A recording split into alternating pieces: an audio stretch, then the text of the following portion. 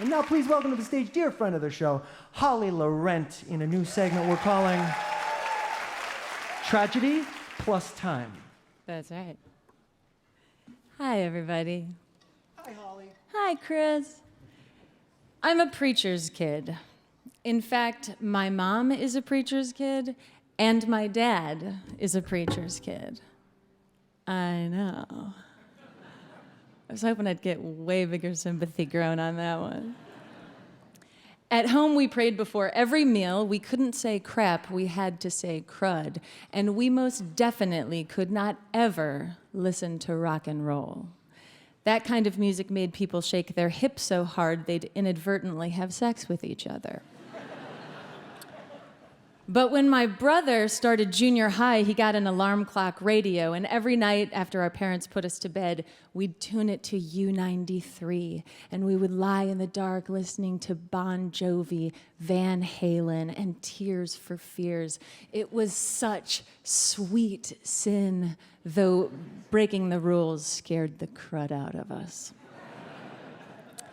Trying to be good is its own déjà vu. No matter where I was or what was happening, the mantra was always the same. Dear Jesus, please forgive me for every sin I ever committed, just in case I got hit by a car or died in my sleep. I said it over and over again. And when I got off the school bus and no one was home, I figured all the Christians had ascended to heaven in the rapture, and I was left behind. And no kidding, I would run through the house in a panic, checking for piles of clothing on the floor, like when Obi-Wan Kenobi died. Sorry, spoiler. Speaking of clothes, my Baptist grandpa, who went soul winning every single day of his life, believed women should only wear dresses, no pants. One summer day, I was in shorts when I saw his Oldsmobile Cutlass pull into the driveway. So I dashed to my room and I rummaged for something modest to wear. And when I appeared and I tried to wrap my arms around his leg, he backed away. I tugged at my wrinkly jean skirt, wondering how I'd failed. And that is the day that Gramps taught me, you cannot ever wear denim.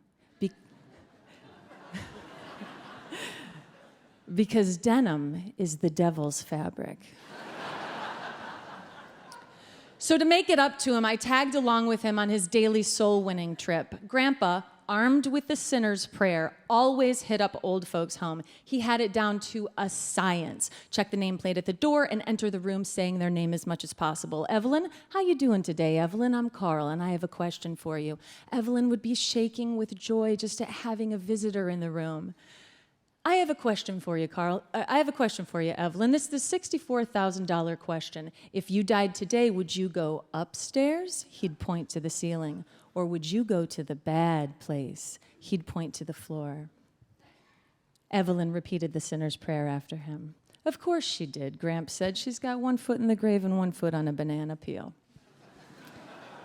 It was like shooting fish in a barrel. We went on to the next room. Raymond, how you doing today, Raymond? I'm Carl, and I have a question for you. In the end, I guess I fell off the faithful wagon because I just really loved Madonna and Whitney Houston.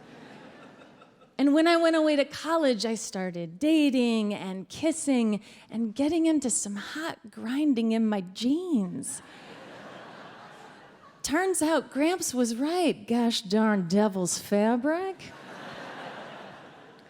And speaking of déjà vu, on one occasion I went soul winning with Grandpa 2 days in a row and discovered he was hitting the same dementia ward over and over.